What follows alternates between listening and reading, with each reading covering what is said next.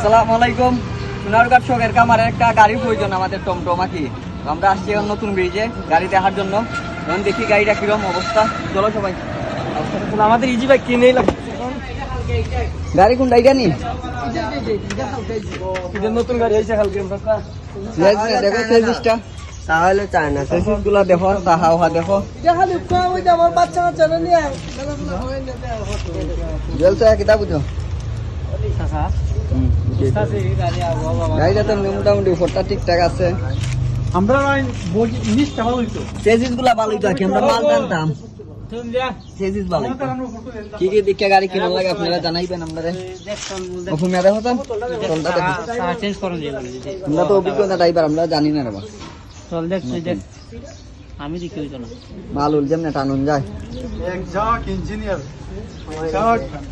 অভিজ্ঞ সেজিস দেখতেছি দেখো। তো আমরা জানি একটা টমটমের প্রধান বৈশিষ্ট্য হলো সেজিস। তো আমরা আগে সেজিসটা দেখতেছি।